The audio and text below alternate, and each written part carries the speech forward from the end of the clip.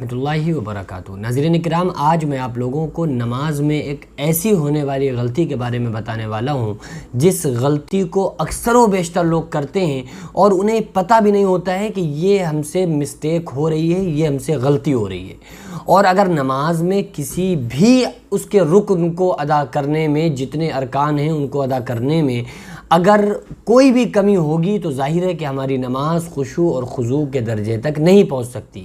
اور جب ہماری نماز خشوع خضوع والی نہیں ہوگی تو نماز مقبولیت کے درجے کو نہیں پہنچے گی، اور جب نماز مقبولیت کے درجے کو نہیں پہنچے گی تو ہماری نماز پڑھنے کا کوئی فائدہ باقی نہیں رہے گا۔ میں آج جو آپ لوگوں کو غلطی بتانے والا ہوں، نماز میں ہونے والی جس غلطی کے بارے میں بتانے والا ہوں، وہ غلطی اکثر و بیشتر لوگوں کو کرتے ہوئے میں نے اپنی آنکھوں سے دیکھا ہے، اور اس میں کچھ پڑھا لکھا طبقہ بھی، یعنی جو اپنے آپ کو کہتے ہیں کہ ہاں پڑھے لکھے تھوڑا بہت ہے۔ وہ غلطی کون سی ہے؟ جب ہم دوسری رکعت میں، نماز کی دوسری رکعت کے لیے بیٹھیں گے اور اتحیات پڑھتے ہیں نا، تشہد التحیات للہ والصلوات والطیبات والسلام علیک ایھا النبی، یہ جب ہم پڑھتے ہیں بیٹھ کر، تو ظاہر ہے جب ہم 4 رکعت نماز پڑھیں گے، 4 رکعت کی نیت ہم نے باندھی، تو اس میں 2 رکعت کے بعد ہم پہلے بیٹھیں گے اور پھر تشہد پوری ہونے کے بعد ہم کھڑے ہو جائیں گے، پھر 2 رکعت کمپلیٹ کریں گے، اور 2 رکعت والی جو ہم پڑھتے ہیں اس میں ہم بس دوسری رکعت میں بیٹھ کے سلام پھیر دیتے ہیں۔ تو چاہے آپ 4 رکعت نماز پڑھ رہے ہوں یا آپ 2 رکعت نماز پڑھ رہے ہوں، لیکن جب آپ قاعدہ اخیرہ میں بیٹھیں گے، قاعدہ اخیرہ ہو یا قاعدہ اولیٰ ہو، یعنی کہ جب آپ 2 رکعت نماز کے بعد بیٹھیں تشہد میں، یا آپ چوتھی رکعت میں آپ تشہد میں بیٹھیں، بہرحال جب بھی آپ کوئی بھی نماز پڑھ رہے ہوں، تشہد میں جب آپ بیٹھیں گے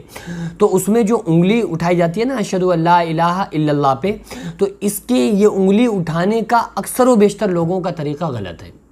جو کہ فقہ حنفی کے خلاف ہے۔ صحیح طریقہ کیا، میں آپ لوگوں کو بتاتا ہوں۔ آپ کے ہاتھ دونوں زانو پر رکھے ہوئے ہیں، اگزامپل یہ میں بیان کر دوں، عرض کر دوں کہ یہ زانو ہے اور میں نے یوں کر کے ہاتھ رکھ لیے اور میں بیٹھا ہوں تشہد میں، قاعدہ میں بیٹھا ہوا ہوں اور پڑھ رہا ہوں تشہد التحیات للہ والصلوات والطیبات والسلام علیک ایھا النبی ورحمۃ اللہ وبرکاتہ، السلام علینا وعلی عباد اللہ الصالحین، اشہد ان لا الہ الا اللہ واشہد ان محمدا عبدہ ورسولہ۔ تو جو اشہد ان لا الہ پہ ہمیں انگلی اٹھانی ہے، اس کے اٹھانے کا طریقہ کیا ہے؟ بعض لوگ کیا کہتے ہیں، اشہد ان لا الہ الا اللہ، اٹھائی اور گرائی اور پھر آگے کنٹینیو شروع کر دیتے ہیں، آگے پڑھنا شروع کر دیتے ہیں۔ لیکن اس کا صحیح اٹھانے کا طریقہ کیا ہے؟ علماء فرماتے ہیں کہ آپ کے سیدھے ہاتھ کی بیچ کی انگلی اور آپ کا انگوٹھا، اس سے ایک حلقہ بنایا جائے، ٹھیک ہے، ایک حلقہ بنا لیا، ایک گولا بنا لیا، ایک بیچ کی انگلی اور آپ کی شہادت کی انگلی، اور حلقہ بنا کر جب اشہد ان لا الہ کہا جائے گا تو اس کو انگلی کو اٹھایا جائے گا اور الا اللہ پہ گرایا جائے گا۔